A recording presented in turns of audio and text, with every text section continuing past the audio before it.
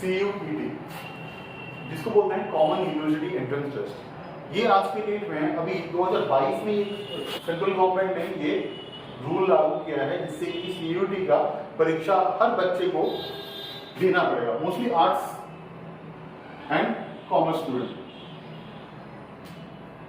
देखिए इसी बता दूं, CUET का बहुत ज्यादा फायदा है अकॉर्डिंग टू मी। पहला सबसे बड़ा फायदा ये है कि जो डिस्पैरिटी था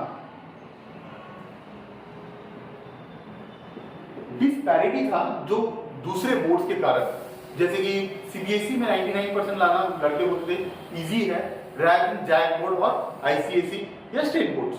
तो गवर्नमेंट को ये समझ में आया कि बच्चे जैक बोर्ड के भी बहुत ब्रिलियंट होते हैं और ICSE बोर्ड के भी बहुत ब्रिलियंट होते हैं, बट CBSE वाले ज्यादा नंबर ले आते हैं क्योंकि लिबरल मार्किंग होता है। तो इस चीज को काउंटर करने के लिए गवर्नमेंट ने ये किया है कि ये कॉमन यूनिवर्सिटी एंट्रेंस टेस्ट लेके आया है, जिससे कि हर कोई एक टाइप का सिलेबस होगा, कॉमन प्लेटफॉर्म होगा और सब कोई एग्जाम देके अपनी इच्छा से जो बेस्ट यूनिवर्सिटीज है इंडिया के, जैसे BHU, DU, विश्व भारती यूनिवर्सिटी या जो भी सेंट्रल यूनिवर्सिटी है आपका, वो सब यूनिवर्सिटी में आप आराम से एंट्री ले सकते हैं और इससे कोई फर्क भी नहीं पड़ता कि आप रूरल एरिया में हैं या अर्बन एरिया में हैं। दूसरा, इसका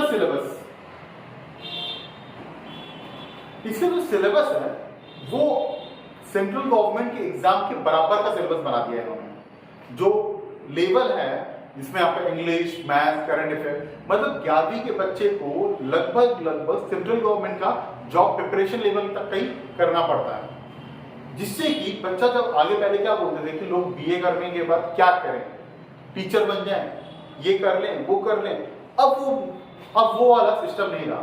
अब सिस्टम ये है कि बच्चा कोई भी CUET किया हुआ है तो वो मतलब कम से कम वो सेंट्रल गवर्नमेंट के जॉब्स के लिए अपने आप को लगभग रेडी रखा है।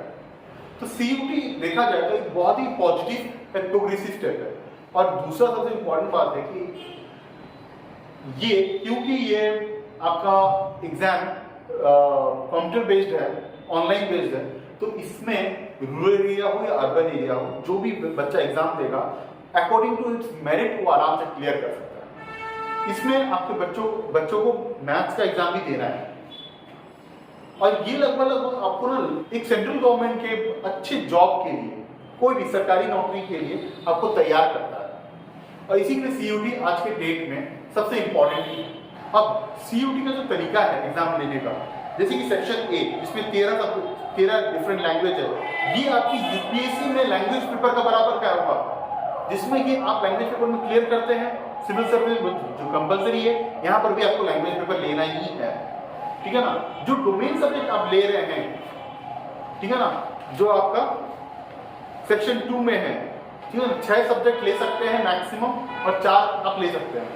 जो 4 आप जैसे सब्जेक्ट ले रहे हैं, जैसे कि मान लीजिए आप हिस्ट्री लेते हैं, पॉलिटिकल साइंस लेते हैं, ज्योग्राफी लेते हैं या आप इकोनॉमिक्स लेते हैं, ये आपको कॉम्पिटिटिव एग्जाम के एकदम बराबर में खड़ा कर देगा, जिससे कि बच्चे जब BA पास करें तो उनके पास कॉम्पिटिटिव एग्जाम देने का अनुभव भी रहे और दूसरा ये तैयार भी रहे, ठीक है ना।